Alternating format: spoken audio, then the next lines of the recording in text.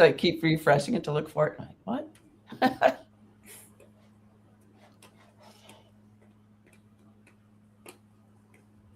It's showing live on my Oh, thingy. okay. I'll refresh Showing again. live on mine too, but oh, there we go. Yeah, we're linked and I'm live. Yep. Oh, there we are. Okay. Live on Twitch. We're good on that. Oh, we're and still separated. Huh. and live on Substack. There we go. Okay. I don't know which chat to go into. Oh, go into Sushi's original chat. I just do the oh yeah, Okay. there we go. Accept. All right. And so we're all just using the combined thing, but I just do a backup live on my profile specifically, just for like video editing and stuff. Oh. Hello, everyone. Welcome to Mind Haven. Today we are discussing current affairs and managing our crap, basically, with returning guest Natasha K and newcomer Eevie Batemen. And I'm Nero D, and this is Tig. And Sushi is not able to participate today, is under the weather, but we're all glad to see you here. Tamara, Kimmy, and Julie, and Richard. Hello, hello, hello. Hello. So anyways, this is part 4 of current affairs or current events. And why don't we get started? Tig, do you want to do the disclaimer? Yeah, sure. All right, let's see.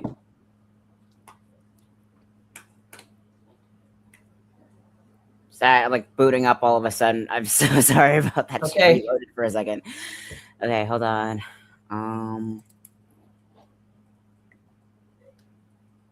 Okay, here we go. So, hello everyone. Welcome to Mind Haven. We are a weekly podcast, a safe space for discussing mental health topics and stories about mental health conditions from those with lived experience. We are not mental health professionals. If you are in crisis, please do not DM the host or any participants. Instead, you can see the sources and links in the tickers below for supports and resources. With that being said, let's get started, shall we? All right. All right, so we've got a lot going on, as well, per usual, in the last few years. Today, I was reading about how Pete Hegseth has made rank deprioritized for chaplains in the Army, and how they are officers first, I guess, or chaplains first and officers second, something like that. But basically, they're not allowed to show their rank insignia anymore. Like, I was reading that on Military Times, and that kind of gave me a what the F moment. Yeah, Very on par for Hegseth, though. I mean, he's basically trying to turn the U.S. military into Warhammer. I swear to God. I thought it was all of Christ for all of life. So wouldn't he want to elevate the chaplain? Yeah, I don't you know. would think, You're a Christian? but apparently Mormons aren't Christians anymore, according to the new list they sent out. Oh, Yeah. okay. Yeah, they literally just Pete has set out a list of approved and recognized religious faiths for the U.S. military about like 2 weeks ago, and Mormonism is not on there, and neither is What is on Catholicism. there? Besides Christianity, what's on there? The individual like sects in terms of respected faiths, 8 different flavors of evangelicalism and a few different other flavors of Protestantism. Not much else. Okay. Yeah. Like Yeah, Southern that's very Baptist, fair. whatever Baptist. Mhm. I just posted the link in the chats for the Military Times article. Yeah, Thank so you. the headline is Hegseth removes rank insignia from military chaplains. And I think he's going to make them wear their like religious symbol or something. Oh, well, then he's like reduced them from What is over that? 200 to like 31. Yeah, I mean, it's kind of religious symbol ridiculous. for everybody. I don't even know. The purpose of like having a chaplain in the military is basically I had a friend of mine who was whose dad was a chaplain for the longest time. He was a decent guy, honestly. The way my friend described it is basically like a Jesus therapist, for lack of a better word. Basically just someone who goes in and talks to someone, basically just someone like a mental health support, similar to like a chaplain you'd find at a hospital or something like that. Yeah. So it's the same gig. But the fact that they're not putting that, I didn't know about that, Neuro, actually. The fact that they're not requiring the rank for chaplains anymore, that is not allowing. They're not allowing the rank to show the rank for Yeah. the chaplains anymore. Yeah.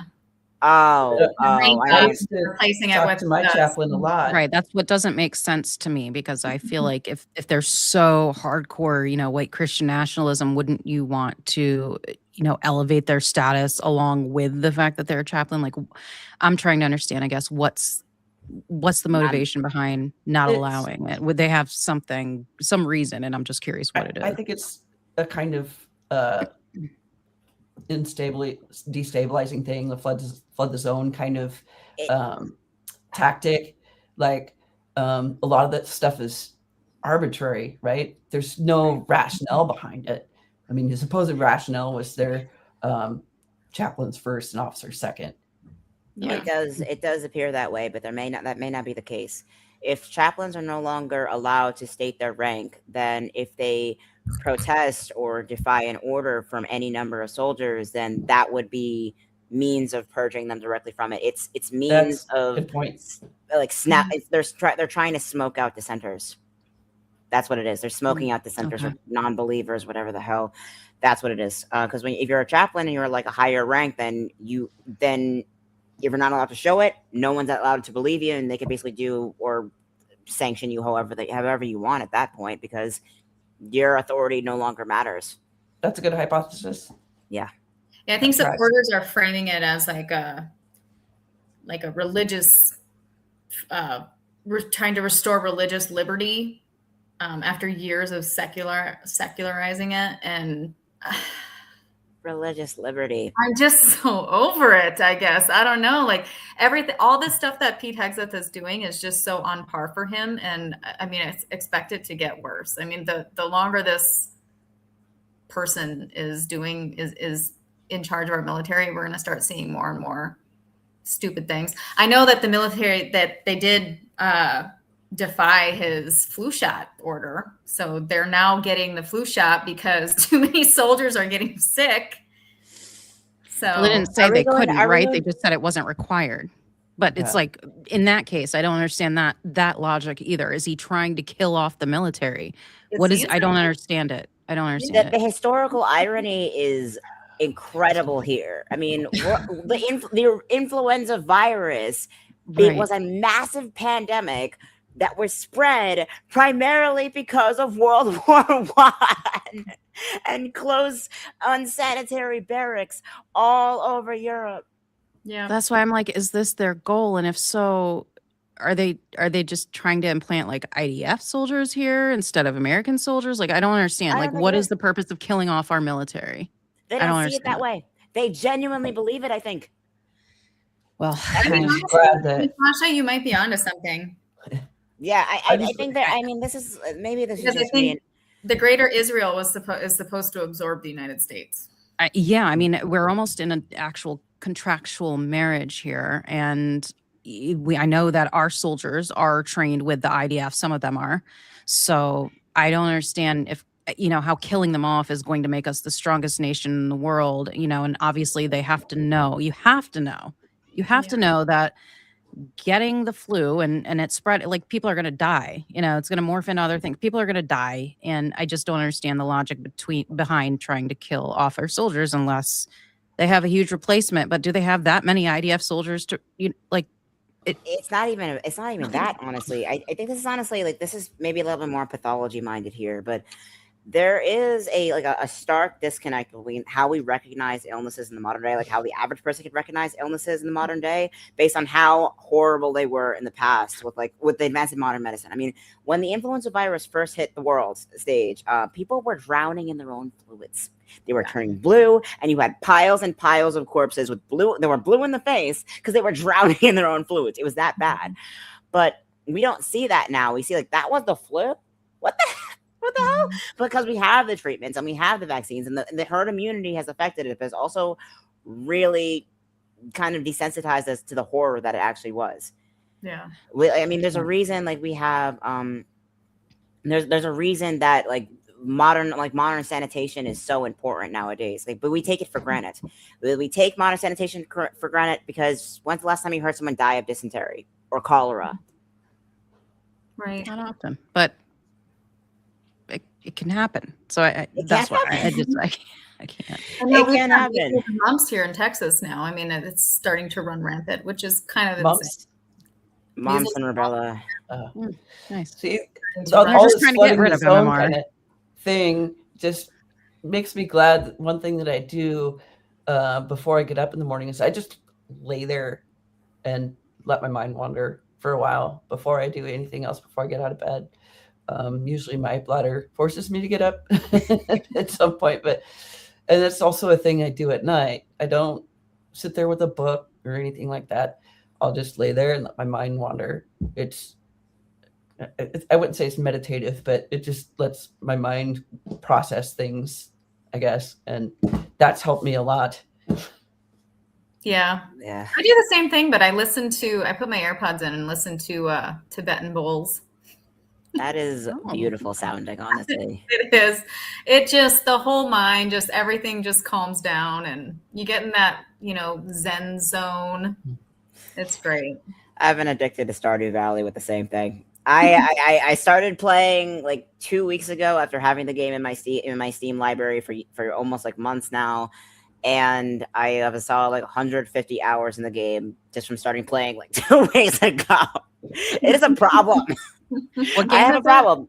Stardew Valley. It's a lovely indie game. I love it so much. That's funny.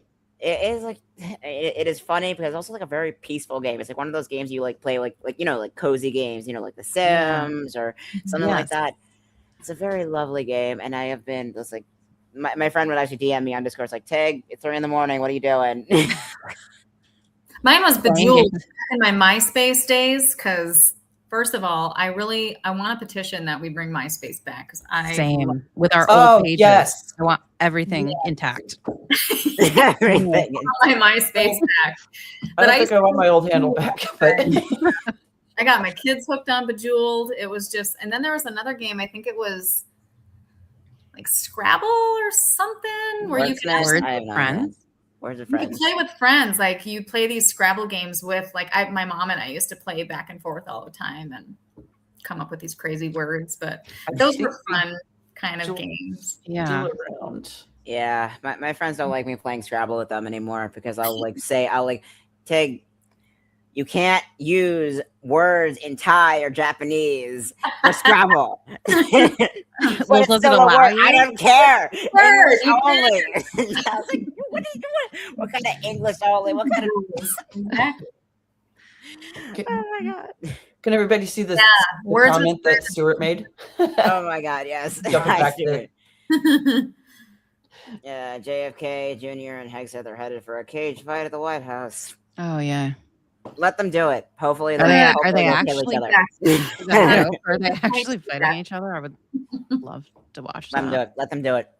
Mm-hmm. I don't know who would win because Pete would probably be drunk. So, not sure. Yeah. Drunk on one hand, you have filled with steroids on the other hand. Yeah. Steroids and coke. Yeah. Coke. Mitch McConnell made it back into the feed. He was gone for a little while, and then all of a sudden, everybody's like, "Hey, has anyone heard from Mitch McConnell? Did he?" I feel like Satan and God are arguing over who gets to take him. They're like arguing over like the pet that nobody wants in like a divorce. Yeah. Well, He's like, I don't want this plant. I don't want this plant. You take it. No. Yeah. I mean, at this point, it's elderly abuse. It is. Yeah. He shouldn't be. I don't disagree. Yeah. It's just not good. Even who's the woman that has like Alzheimer's right now? And there's like they still which wheel her one? in for votes. which one? Honestly, she a Democrat. I'm confused on which one because there's like four different names. There was a Democrat like a year ago, and I hope it's not the same one. My God, that should be illegal. They were like wheeling her in to vote, and then I think her back out. But there was that one story of like someone on the Republican side. Her son actually, her son was voting in her stead because it turns out the congresswoman had been in a nursing home with dementia in 2023. Mm-hmm. Wow.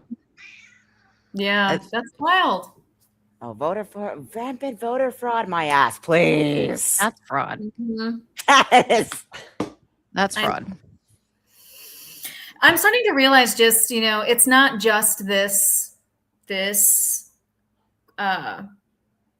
Congress. It's always been Congress. There's always been this going on. We just, they were just really good at hiding it. And now everything is just being called to the front of the classroom and everyone's like pointing fingers like, hey, did you see this person? Hey, did you see that person?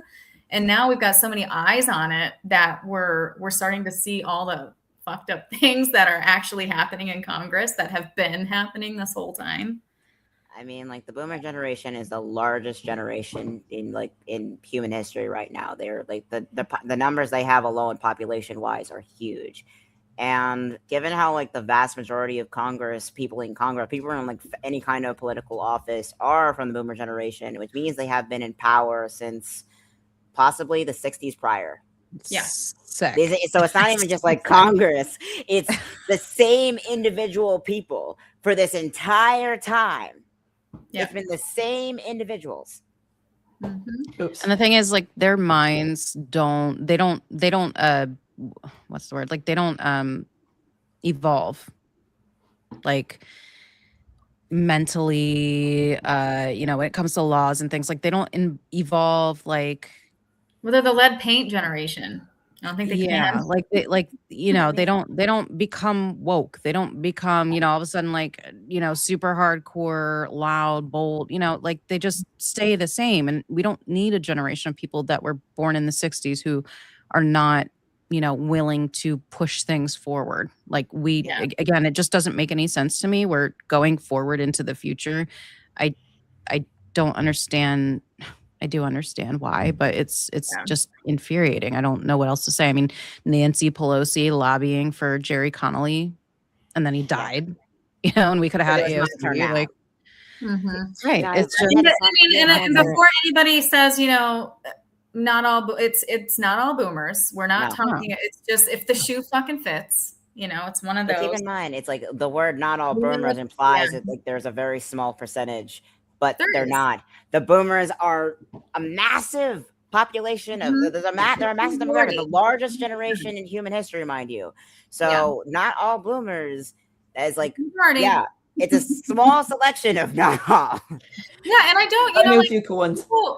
I think people really need to figure out how to stop getting offended. Like if the shoe doesn't fit, you shouldn't be offended. It's the same thing when I talk about like white women and I do my spiels on, because that's basically what I talk about a lot is white women and our responsibility in things and how we are to blame for a lot of things and how we are responsible for a lot of the ick that's going on in this world as well. And I always get that one or two white women in my comments that say, well, not all white women, and stop generalizing all white women. And it's like, well, you know what? If the shoe fits, fucking wear it, because I'm talking about the majority. And, if it doesn't apply to you, it shouldn't offend you. Exactly. I'm tired of putting a disclaimer on shit anymore. You know what I mean? Like, obviously I'm not ageist. I'm in my 40s. I'm not a spring chicken either, but it's just, for me, it's not the age, but usually with age comes, people who aren't willing to expand their minds. Mm-hmm. And I don't know what just happened. Are you guys only seeing me? Yeah, I maximized you. I'm learning things. Okay. Like, why am I the only person here? Like with age comes, usually it's just kind of, you just kind of stay the same. So, there's progressive type, Democrats who are older who I still, even though I'm not happy with a lot of Elizabeth Warren's decisions lately, I think she needs to stay. I think we need people like her, but most people like her are just not her age. So for me, it's not an age thing. It's just your, mental standpoint and where you are as far as wanting to push things forward and where you are as far as like wanting to, just work for the people. And if you're working to keep things the way that they were or go back, like a James Clyburn or something, or whatever his name is, James Carville. Carville. Not Clyburn. We just don't need those people. It has nothing to do with like the age. Like I don't have a cutoff. Like 80 years old, you shouldn't be in Congress. If you're in a wheelchair and you're in a hospital and you're in hospice or not able to function, like, yeah, you should not be in Congress. But that has nothing to do with your age. That just has to do with your capabilities and your you should not be in office. Incapacitated. Right. And I'm not. If you were any other position, like a teacher or a lawyer or even a doctor, fast cop, food, any other you are civil not servant. working when you're in that state. Right. Exactly. But I do think that there should be term limits because I feel like we need fresh eyes every so often. Yes. I don't feel like Walter and I just interviewed a progressive grassroots candidate. Her name was Rachel Peace, and she's running in New Jersey. She's running against, so she won her primary and she's now going to the election and she's running against somebody who's been there since 1981. Wow. Someone who's been there since 1981. Wow. New Jersey. Yes. Who is it? What? His name is Chris Smith, I believe. Okay. And her name is Rachel Peace, and she's running against somebody he's been there since 1981. He doesn't even live in New Jersey. He lives in Virginia. I don't understand how this happens. Like, how does this shit happen? How does this keep why do we keep voting people like this in? The guy doesn't even live there. Because sore. It's a name. It's a name. And when you have that name recognition, it's really, really, I feel like it's really hard to go against that, especially when you're an incumbent who's been there for years. Term limit. But even then, the term limits on their own the term limits on their own is important, but it's not just age. It's also like that the experience thing goes both ways, because on one hand, the boomers, like, they've been in power since the 80s, 60s beforehand. Because Joe Biden was elected Congress when he was 18. Yeah. That was crazy. But for the time period. Yeah. But I think that a lot of even Natasha, you're in your 40. That's like mid-millennial, I'm guessing. I'm 20. I'm 26. I think we're all like millennial, like Gen X and younger here. We're all Gen X and younger, and I think Gen X exactly. And I think there is like a bit of a delay in taking power, and it's not solely just the older people refusing to give it up, but also there was this sense of learned helplessness. I think, and that's something I had to fight against so much from in my life and among people my generation too, because there's no jump. Like, okay, when you turn 18, then you can go do your own thing. You can have your own car. You can have your independence. That's no longer the case anymore. Right. The age of you're going to be able to get a car insurance in order to get your actual car, that has been pushed back to 24, 26, 27. And even then, to get affordable rates, mind you, to get affordable rates, so you can't even pay your own car insurance without because between your age of 16 and 24, you're considered a new and reckless driver. You're still considered a kid.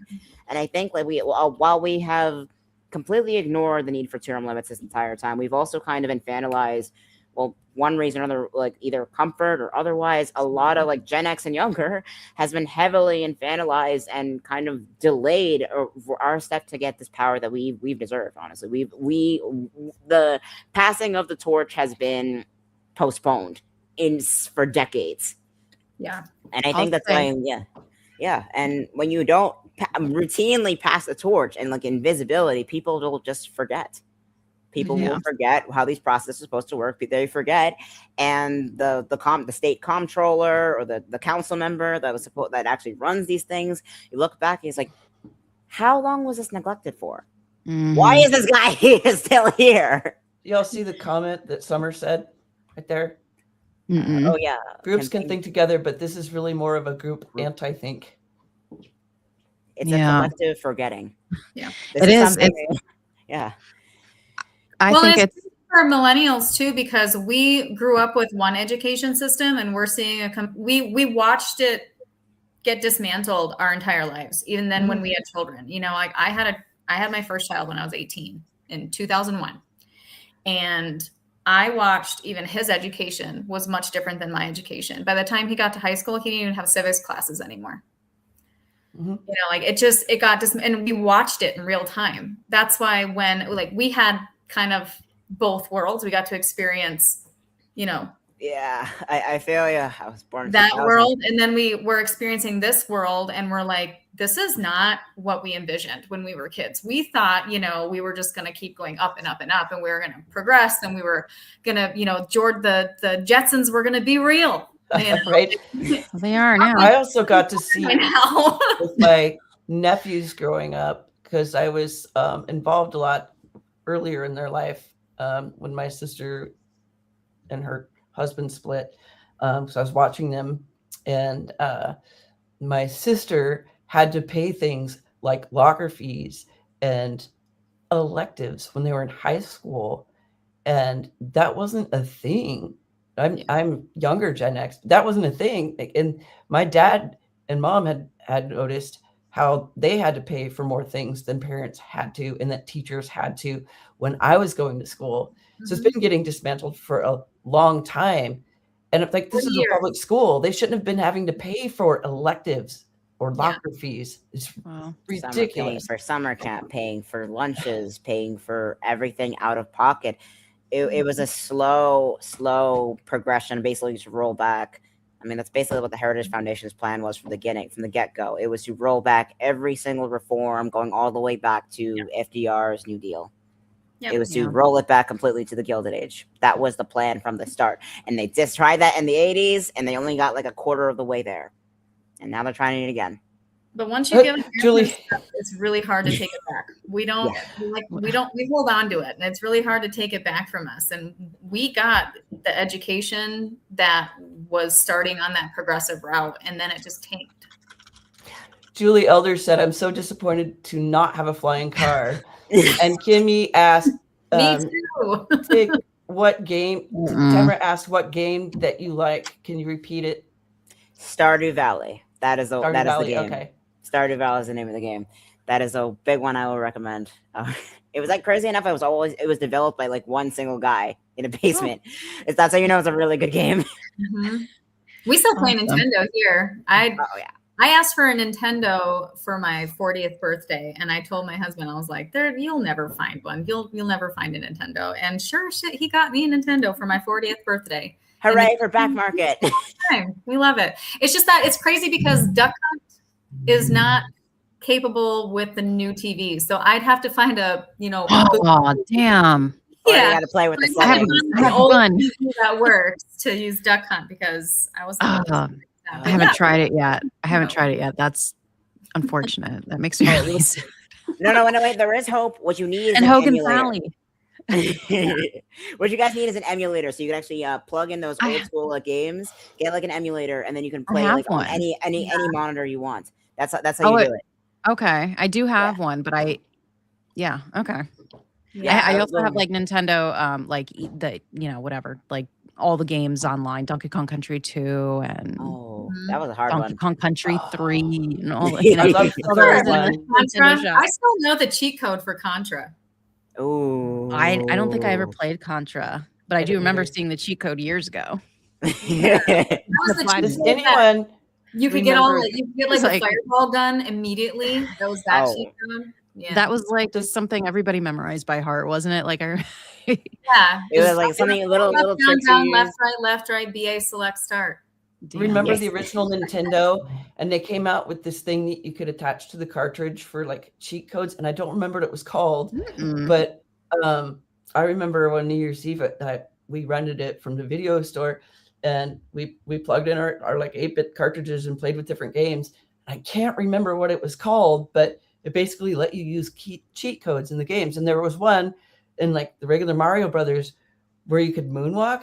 It was basically when Mario jumped, he just like keeps jumping in the air. It was so cool, but I don't remember what the heck. I think it was like the Game Shark or something like that. The Game Shark. Okay. I remember hearing that. Familiar. I never used it though. I didn't know that's what it was for. Yeah, but honestly, I think this is why like something is really, really important because like what I said earlier is that there is this mass forgetting of not just how things were done in the past, but also like how things are now.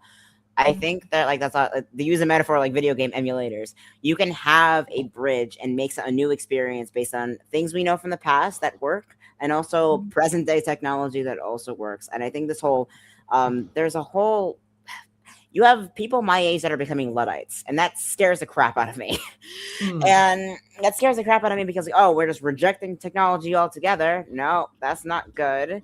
But also, it's like too much cyberpunk is not great either, and that is like honestly really, really horrible stuff because Palantir is just, ugh.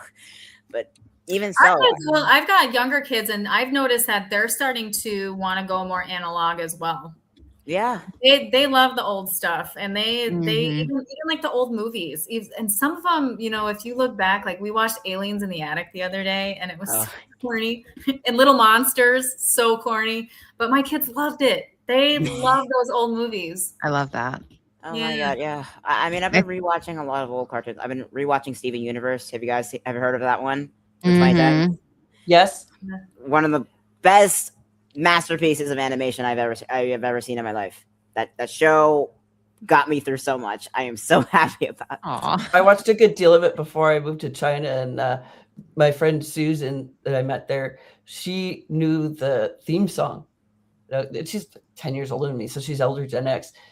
And I'm like, that is so awesome. You know, she had her daughter, Athena, turned 17 while we were there.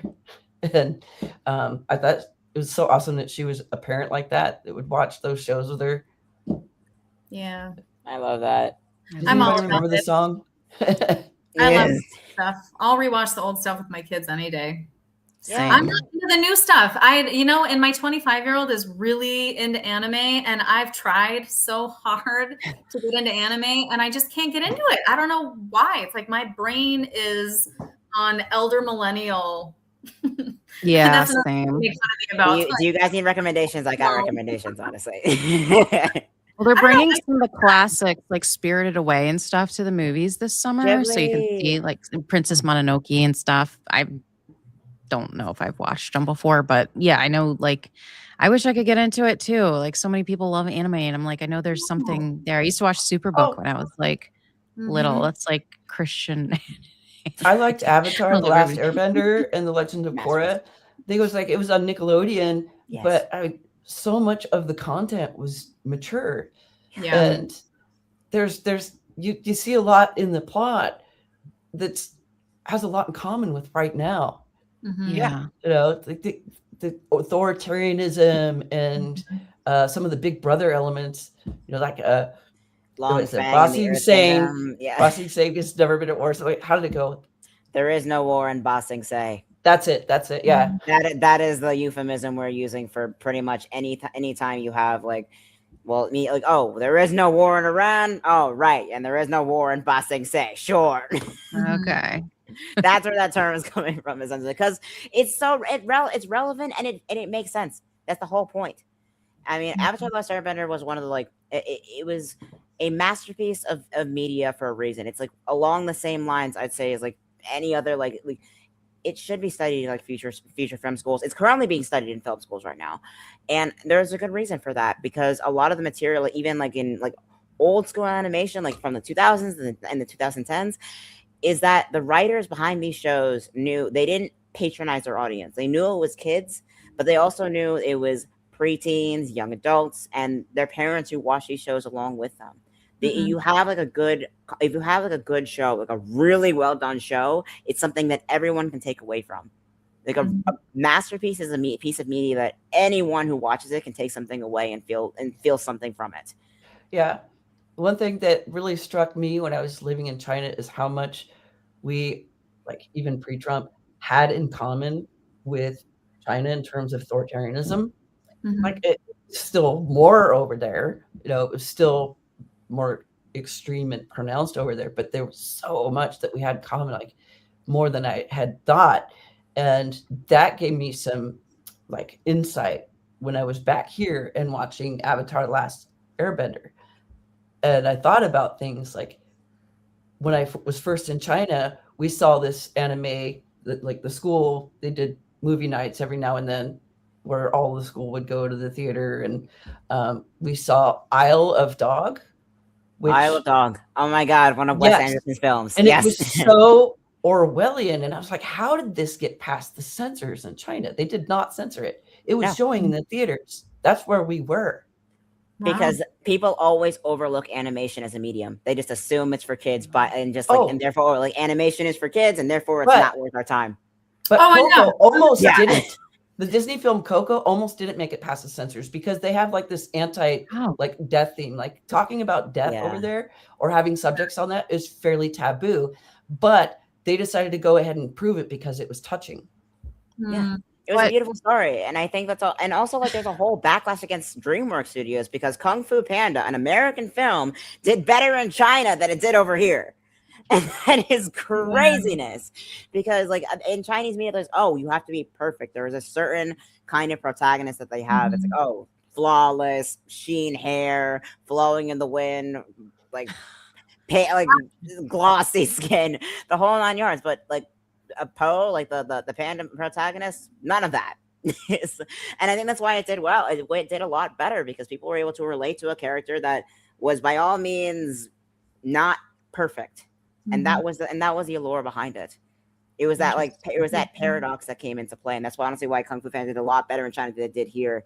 Not just because of that, but also like the writers went out of their way to ensure that it was very much akin to the source material. The animals there, the art style, all of it. It was even like the choreography for like the fight scenes in the animation. They studied like actual martial artists. Same thing with the Avatar: The Last Airbender. They studied like the actual martial artists who perform these professionally to animate the characters in the fight scenes.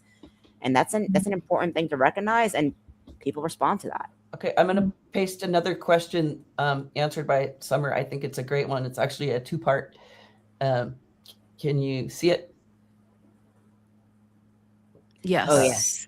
Summer asks, do any of you believe that this will provide a roadmap to how to fix the weaknesses in the system? This is the path that must be walked to get stronger. Yes. I think that's a pretty solid question because like fixing the weaknesses in the system is one thing, but it's not just weaknesses. It's the foundation itself is very much well into the decomposing phase. It's been decomposing for over 20 years. I mean, what do you think, Natasha? Yeah. We haven't focused on anything in the past 20 years. We haven't focused on infrastructure. We haven't focused on serious things. And, Tig, to go back to your point, I feel like what's happened here is that Americans have gotten comfortable and complacent with just allowing, our city council members, our congressmen, senators, whatever, to take over and, take control of things. Like they're the ones in power. So we just leave everything to them. And if we hear a name who has more recognition, that's the name that people go to vote because that's what they're used to. Like people have become lazy. And I struggle personally with blaming them for that because I know part of it is the indoctrination. Like the CIA, I go back to that a lot, but the CIA was established back in 1947 and they started brainwashing and propagandizing like from the jump. Like that was the whole premise. And that's what they're doing now is trying to, if you've read 1984, they're trying to somatize us. They're trying to dumb us down. We have AI, which is causing us to rely on things to even for editing. And I use it for editing. I don't use it for writing, but just the fact that it's there, the fact that we're relying on these things, right, instead of using our brain. I heard somebody say today that using AI can actually cause early onset like dementia or things like that. I don't know if that's true, but no, it is. Thinking about it, it makes AI, sense. you're not slapping neurons together, and you're going to get more gray matter in your brain, and the more gray matter, the more susceptible you are to. Yeah, it's basically gray matter is the less dense neurons to get put together. But white matter, if you have more white matter in the brain, that's like more concentrated connections. Like gray matter is just loose neurons, but white matter is densely connected, well-connected neurons together. Sorry, Eevie, what do you think we could do to inoculate ourselves against that? Like fixing, for ourselves, right? The kind of propaganda and doublespeak that's designed to gaslight us and brainwash us? What do you think the Well, everyday person could do? I think that this is not in the DSM. It's not real. It's not anything, but I think that it should be. But there's a kind of intelligence called, what I like to say, traumatic intelligence. And I think now that everybody is starting to experience some level of trauma in this country, it's training our brains to recognize things and to see things for what they are. And, you know, like I remember when I was on TikTok a few years ago, there was a huge, I mean, for like every video you saw was on how to recognize gaslighting. And I really honestly think that these videos get in these algorithms because they're preparing us for what's to come. They're, you know, like people are really trying to push, hey, if you see this, if you hear this, that's gaslighting. And we do see it a lot. And because I had, you know, my whole life has been one traumatic event after another. In my adulthood, I can recognize these things fairly quickly. And I can, you know, if my gut, if my nervous system is, if the alarm bells are ringing, I don't give it a second chance. I dip. I kick that shit out the airlock and no questions asked, and I'm done. I'm not going to deal with it. I'm not going to give it another second thought, nothing. And that goes for people in my life too. It's just, if I catch wind that a familiar behavior or behavior or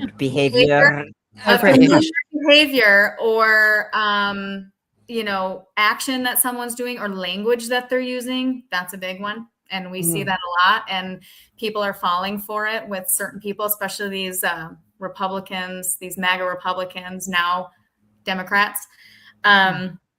When we're seeing the same language, the same manipulative language and the same actions that they're doing and the same grifts, just different markets and rebranding things. And, you know, we start to see those patterns. Patterns don't lie, y'all. Yeah. Patterns don't lie. And y'all have got to stop telling yourselves it's not what you think. Don't believe your lying eyes, right? Yes. Yeah. Yeah, both parties have told us to reject the evidence of our eyes and ears now. Yes, not just one. You're absolutely correct.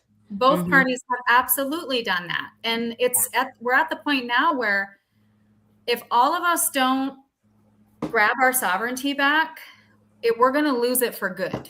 Yep. You know, we are all sovereign beings, and it's like we have to earn our place in this life. Like, motherfucker, I was born. I didn't ask to be born. But now I fight my whole life to live, you know, like that doesn't make sense. And these billionaires and these people that are in power, they're going to take, and they're going to do it slow until the next thing you know, you look around and you've got nothing. You know, there's people right now, like my son, he just had to move in with me. He's 25 years old. He moved out when he was 19 for college, and then decided he wanted to go to California and live with some roommates. And then, you know, things got expensive there. And then it got to a point where things got so expensive for him, he was not thriving. He was working, sleeping. He had no life, and he was depressed. And I went and visited him out in California, and I took one look at him and I said, I want you to come home. I don't even care. I want you to come home. Yeah. And he came home, and he's been with me now, and he's finally thriving. Like he's finally smiling, and he's got color back in his skin, and the bags are gone under his eyes. And, you know, he's able to relax his nervous system a little bit, because that is extremely stressful when you are one doctor's visit away or one car accident away from homelessness, or, you know, not being able to pay your bills like that, or put a meal on your table. And that's where these kids are right now. They're not thriving. Yeah. So we have to, this is the frog in the boiling water scenario. And it started when we were young, and now our kids are suffering for it because now the water's fucking boiling. And actually a little bit before we were born even. Yeah. So I think right now we have to stop telling ourselves we're not seeing what we're seeing. Right. You know, and call it out. Use Use the language. We have the language now, everybody. We Yes. have the language now. If it's a white supremacist bullshit, say it's white supremacist bullshit. If it's Nazi. And honestly, I always say America is the house that white supremacy built. Every single system we have in this country was built off of white supremacy ideology. We need to stop it. You know, rape culture is insanely out of control. When the whole online rape academy was brought to light, I was just like, what are we doing? The fact that we've got, child rapists in leadership. Yeah. And in the open. In the open. Uncloseted in the open. Yeah. Yep. I mean, Gates is back. Honestly, if you are a child rapist and you go to jail, that's where you die. Yeah. I don't care. That is the worst crime I think that can ever be committed is raping a baby, for God's sakes. And I feel like you go to prison and you fucking die there. I don't even care. Sexual assault of any kind. You don't get to children, especially. Yeah. Right, with rape culture, with women as well, and there are women that, are rapists too. They have sex with children as well. I'm just saying that rape culture as a whole, I think we really need to get a control on that because believe survivors, especially women who have been raped, and the fact that, a lot of women, like when I was younger, we were silenced. I grew up in religious patriarchy. So women didn't have a voice at all. We were second in command in the house and the head of the household. If he was the rapist or if, he was doing the bad things, women were not allowed to speak. And if we did speak, we got beat or we got, raped ourselves or we got thrown out with our children and we're homeless. And, it's just the silencing techniques were incredible. But I'm not my mama and I'm not my grandmama. I am a loudmouth. Thank goodness for you. Exactly. Yeah. We got the language for this, so we need to speak up, and we need to advocate too when we see that women are in trouble and they need, you can tell when a woman's being silenced, and you can tell that they need help, and you don't say anything to advocate for that woman. You're part of the fucking problem. Yeah. There's a lot of women of many different age groups that have been conditioned to become ravens for the wolves. Yeah. You either feed the beast or you get fed to it. And there is a third option, and that is becoming a hunter. Just killing it. Just kill the freaking wolf. Yeah. There is no reason for this. Or divorce it. Divorce it. What happens when we're not afraid anymore? Yeah. I mean, I've walked through hell already. I'll go back for vacation. I'm not afraid anymore. I'm not afraid of a man. I'm not afraid of, when it comes to doing the right thing, I know what the right thing is. And it's come for me. Yeah. And I think it's also this obsession with maintaining maintaining white supremacy above all else. It does not serve anyone. Nobody. It doesn't serve anyone. It doesn't serve the men who claimed it serves the most. It serves no one. The men. I mean, historically, this goes all the way back to slavery. Slavery was, in hindsight, a long thousand year hindsight, economically based on its own. But once the technology was there to replace that labor, there was no reason for it. That's why the British outlawed it, because not only was it barbaric, but it wasn't economically viable either. It cost more money to abuse other human beings than the money that was supposed to be justifying the abuse. Yeah. That's what the British did. The British had none of it. Yeah. After that whole horrific insurance case, those two seamen. Okay. They were that's the term in question. They were men who went to sea, who worked on the sea.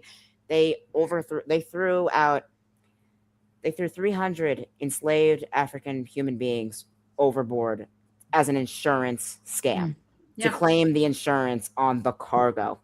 Mm-hmm. That was a catalyst for the British. Like, yeah, there is no reason for this, and it costs more money to actually uphold it, and it's also fucking barbaric and disgusting. Yeah. And yet the We're United States reaching- held on to it. The United States, especially the Confederacy, they formed and seceded from the United States the moment Abraham Lincoln was elected president and Buchanan was out of office. And the moment that happened, it's like, oh no, we are not. We're holding on to our slaves regardless. Most people, there was no money there. The technology was there to maintain the cotton industry, the agricultural industry, without slaves. There was no reason to maintain it. It was just cruelty for the sake of cruelty. And I think it's something that we need to address. That there is no tangible benefit to this. And there is none. There is no logic. There is no plan. Regardless whether it's Hegseth or otherwise, RFK or otherwise, they are doing this because they wrap their identity around cruelty. When the means of oppression becomes facets of one's identity, you will die to protect it, even if it solves nothing. Yeah, and this is not a red and blue thing. This is a rich and not rich. It's like the line has been drawn in the sand, and you need to pick a side. Are you with the rich billionaires, or are you with the people? Okay, I feel like we're at that's the top of the hour here. We've got about 5 minutes, and then Yeah. we're going to start conflicting with Glenn Kirshner. And a lot of the people in our chats, part of the reason we moved times was so that they could see us and Glenn. So we're unfortunately going to have to wrap it up, but maybe we could do another part soon. That would be like pretty awesome. I would love that. One thing we like to do now is a newer thing is everybody shares a moment of joy so that we can end on a high note. And I'll go ahead and start. I don't know how to move this banner here. Okay. Oh, there we go. All right. So Substack friend Lisa Joy sent me this rabbit gift. I had she crocheted this. I think it's called orumagami. Oh yeah. But yeah, it's like origami for crochet.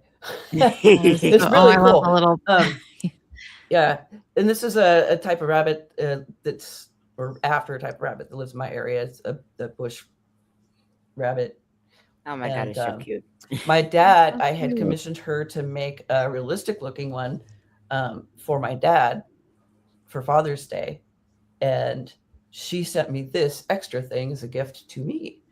Aw, that That's was cute. nice. Yeah. So that's my moment of joy. It's like this really kind gesture. You know, she knew that I like really squeed over the ones that she showed us. This came from her. It started off as like her emotional support chicken eggs, and she was making eggs for her granddaughter. And then she decided to like make these little cute bunny things. Mhm. But so Tig, why don't you go next? Okay, my moment of joy, something that made me smile. The nice Puerto Rican lady who worked at the church next door called me Papi. That made me smile. That's really affirming. that made me smile. Yeah. Oh my god, yeah. But also another moment of joy thing. What was it again? Oh my god, I think I might have like cracked something really important like invention wise, because I'm working with my advisor to get this patented by the end of the year. And in terms of power, because I'm just gonna say it flat out, I may have accidentally invented the world's first saltwater battery. No shit. Congratulations. I'm not entirely sure, but we're working on the process, and hopefully, but in another couple of months, I get the prototype up and running. Because once I have that, then I will basically have I'll have the means and materials I need to make a synthetic spinal cord, and thus the Doc Ock arms I've been trying to make for months. Doc Ock. Really? Yes, Dr. Optimus arms. I will become a superhero actuarial consultant. That's the whole thing I'm doing for my career. I love that. Because I'm going to be it's basically the Sherlock Holmes of the corporate world, and I'm going to be doing it. I'm going to be doing it in style, Batman and shit. That is really exciting. Congratulations. Yeah, that's cool. Okay, Awesome. how about you, Eevie? Moment of joy. I really wish I would have had this question not coming off the week after I put my house up for sale. Oh, Then sorry. It's been just a hell week. Like I was telling Natasha before we got on this call, I'm like, man, I am broke. I am broke. We had to put so much money into this house just to get it on the market. But I think my moment of joy really is my garden. I went out today and I've got big old fat grapes on the vine now. I've got flowers everywhere. I've got bumblebees and butterflies everywhere. And I always have a moment of joy when I go out there and I just sit there and I kind of get entranced in it all. Just having the bees and the butterflies and the hummingbird that zooms by my head all the time. And now you gotta buy some more. Now you gotta buy some fermenting kits so you can make your own house-made mead or house-made wine. We got a minute left, so let's let Natasha share her moment of joy before we close. Sure. My moment of joy this week. I was Legislative Hall. I was there like half the week this week because Delaware was legislating things. But I actually coincidentally ran into a couple of people that I worked with on the Harris campaign, and I hadn't seen them in a really long time, and it was so nice to catch up with them. It kind of felt like a mini reunion, even though it was just two of them, but like, it was just so nice. I got to meet new people. They introduced me to new people there, that work like with all the senators and stuff. So, it was also good because like I'm learning more and seeing who I have ins with and stuff like that. So yeah, it was a super busy week, but I was really, really happy to run into my old friends. So Yay. That's awesome. All right, Eevie, where can people find you? You can find me you can find me on other socials, but I am not active on the other socials. Every once in a while, I post something on Blue Sky or Instagram, but it's Eevie Batemen on everything. And Substack is kind of where I'm most active when I'm not submitting articles to the Sun magazine and all that stuff. So. Okay, awesome. And how about you, Natasha?